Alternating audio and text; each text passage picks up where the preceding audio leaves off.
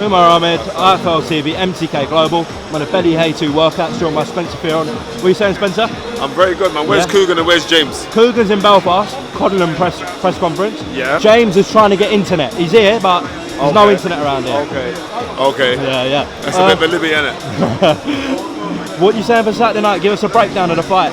I think it's going to be a very entertaining fight, and I also think that it's not going to go. Are they interviewing you as well? Yeah. Are you in it? Are they interviewing you as well? You should shut up when big people are joking. I thought you was being serious there, mate. Just jokes. This man looks serious as well. You know what I mean? How old are you? 35. Don't lie, man. How old are you really? 35, man. Nah, I'm just joking. Yeah, breakdown of the fight. I think it's an entertaining fight for the fact it depends on what weight David Haye comes in at. If David Haye comes in light, like we've seen David Haye like explosive performances, he's like 210, 218, right? The last fight was like 220, he was heavy, 224. If David Haye comes in light, then we're going to see something else. But I think the smarter of the two is actually Tony Bellew. When you look at boxing experience, Tony Bellew is evolved as a fighter. David Haye, there's no evolution. There's a recession in his fighting skills because he's still trying to fight as a David Haye who's 22 years old. David Haye's now 36 now, 37? 37 years old. So he needs to evolve his style. He needs to change his style. If you look at all great fighters, when they start to get to the tail end of their career, they advance their style of fighting. You know what I mean? Prime example, Bernard Hopkins, changed his style of fighting, not fighting as fast.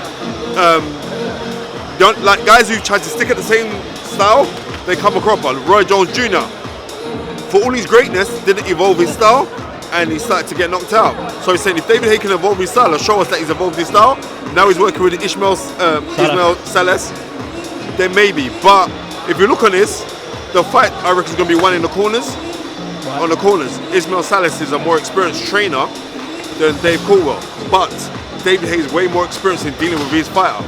Ismail Salas is coming relatively new with David Haye. So I would slightly favour Tony Bellew to win this fight on points. What do you make of Bellew's comment in the presser in the week saying David Haye's the most dangerous 4-round heavyweight on the planet? Do you agree with that? Well, he's fought David Haye, but I would say the most dangerous heavyweight over 4 rounds is actually Deontay Wilder, right? But David Haye for punch power, no doubt. I spoke to Tony. Tony was saying how hard that guy hits. He hits ridiculously hard. So if we're looking on that, then yeah, he could be right. I haven't been punched. I've been punched by David Haye, but it was only muck around when we were kids. But I haven't been punched by Deontay Wilder. But looking on record, I'll say Deontay Wilder is the most dangerous 4-round fighter. Now another heavyweight fight on the field. Joe Joyce in his 4th fight got a common title shot against Lenroy Thomas. Listen, your thoughts on that? Joe Joyce is a very, very special talent, man. People don't want to listen to me. For somebody who looks methodical and looks like, you know what I mean, sometimes not that appeasing to the eye, but because he's so persistent and methodical, Joe Joyce could end up becoming a world champion to win a version. I could see him winning this fight. He'll be the quickest time of any heavyweight in history to become a Commonwealth champion. Because like it's his 4th set, it's his 5th fight. This is going to be pro fight. It's ridiculous. He's going to become Commonwealth champion. I believe that he's got the makings to beat Lenroy Thomas, grind him out, and most probably stop him within 8 rounds. What about this man in the ring at the moment, Josh Buatsi? How far can he go? Josh Buatsi is incredible. Seriously, he's a throwback fighter. Look how neat he throws his shots. This guy is like, he's very, very special. He reminds me a lot of Evander Holyfield. People say, how can you make the comparison between him and Evander Holyfield? Because Evander Holyfield in 1984 was the Olympic bronze medalist when he got disqualified against Kevin Barry, who was actually, you know Kevin Barry, right? Yeah, trainer of Harper, yeah. Yeah, right, cool. So, and not only that, if you look at fighting styles, look at his style of fighting, his offense is his defense, right? He's very, very tricky. And if you look at how he throws his shots, he'll throw a 1-2 and he'll always finish off with a left hook right hand and then he'll go back on his jab. Do you understand? Dangerous guy. Seriously, I think he's another guy who can go all the way. How quickly do you think we can see him in the ring with the likes of Buglioni, Callum Johnson, Anthony Yard? How quickly can we move him? The thing about it is this: when you get to the heights of the levels of what someone like he's done, he's like Olympic bronze medalist. Yeah.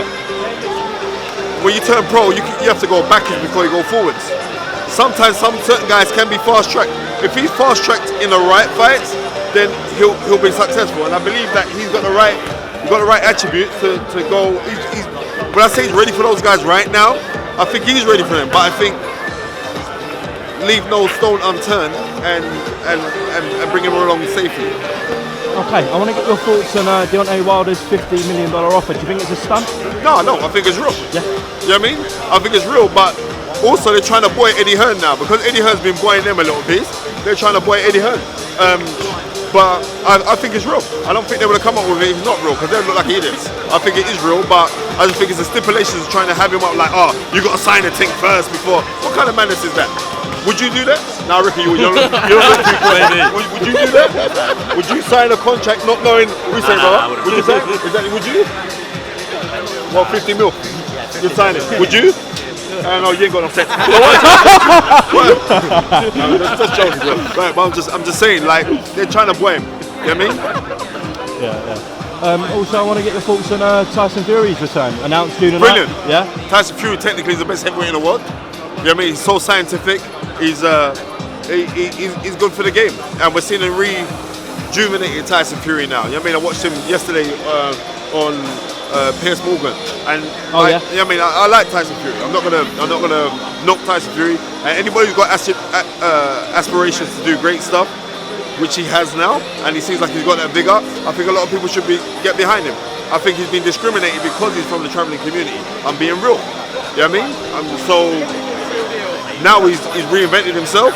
Let's hopefully he can build up things and get into some proper fights though, because I still think technically Tyson Fury is the most scientific heavyweight in the world, and he can still claim that he's a lineal heavyweight champion. So we'll see what happens, man.